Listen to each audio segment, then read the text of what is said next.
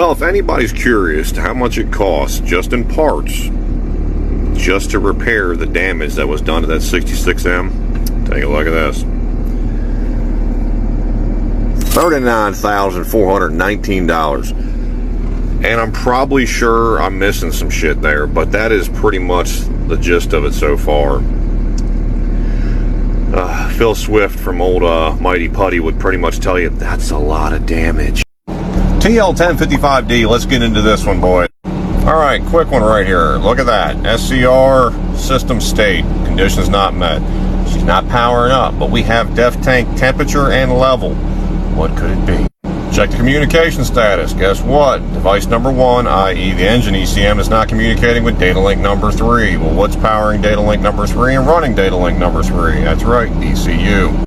Guys, look close enough right in there. That blue shit right there ain't supposed to be there. And you also see there's slight tracing right there. Now, this was previously diagnosed not by me. Essentially, they were told, hey, go ahead and put a DCU harness on it. Didn't fix it. Hey, put a header on it.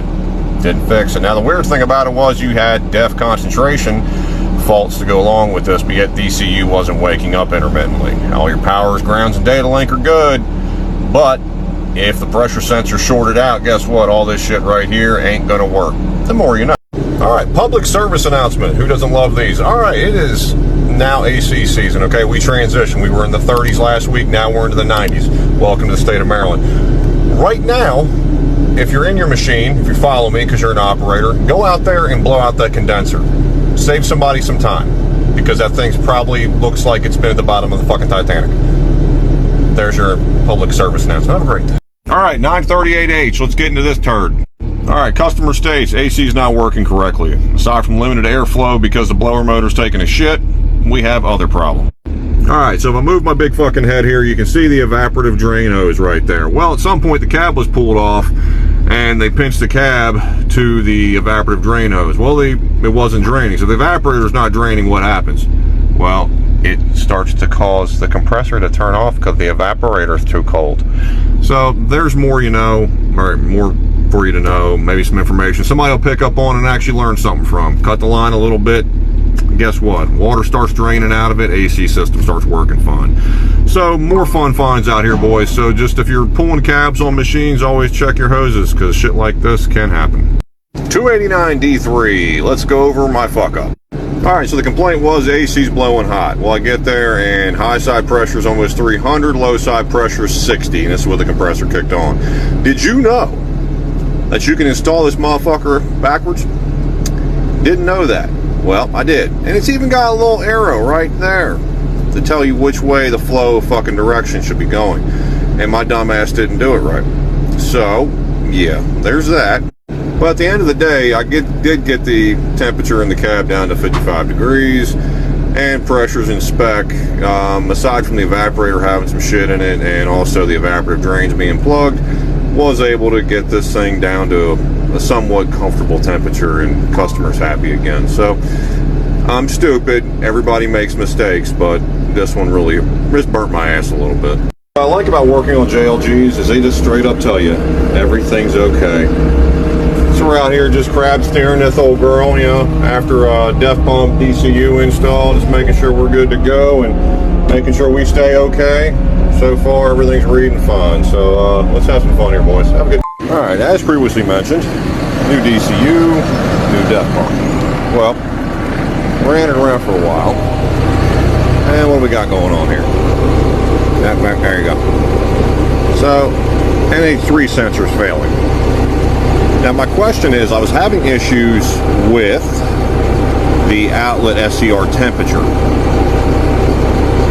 It was real slow to react, and it would stay at 32 degrees. Anybody out there know if the SCR catalyst gas temperature, if that's going through the NH3 sensor, or is it going on the outlet NOx sensor?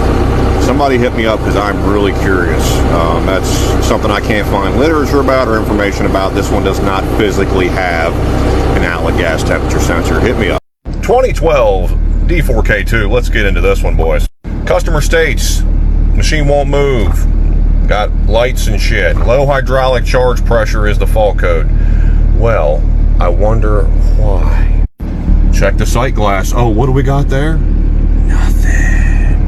See, leaking around the rear. Take off the back panel. What do we find? Oh my God!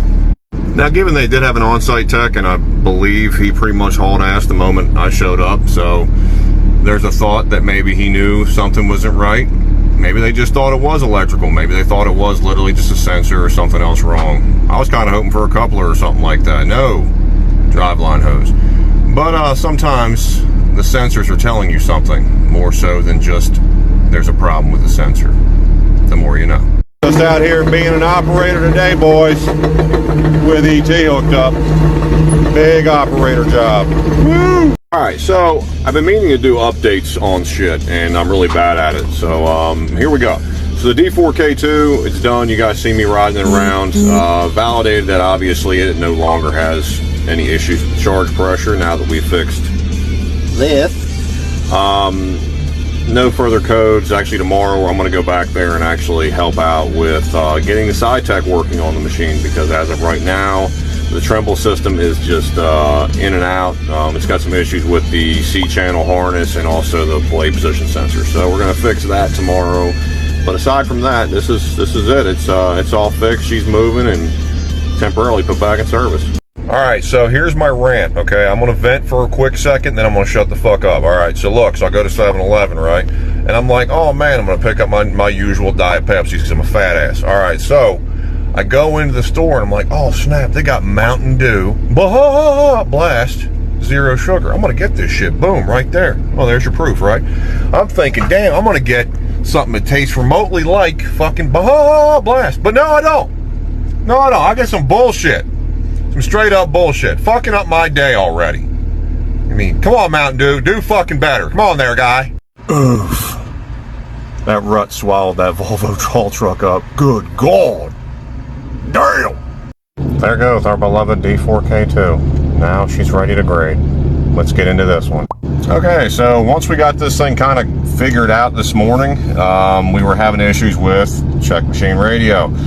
So we started diving into this one, and thankfully I had a guy from our local SciTech actually here to kind of help out.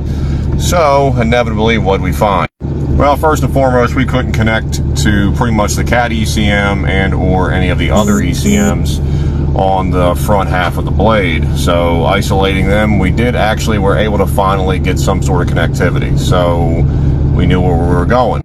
So inevitably, the harness itself ended up shorting itself out to the radiator shroud, and the data link was intermittently shorting out. So made the repair, reset the radio frequency, and now we are up and running multiple hours later. This stuff's fun, but I don't know if this is for me.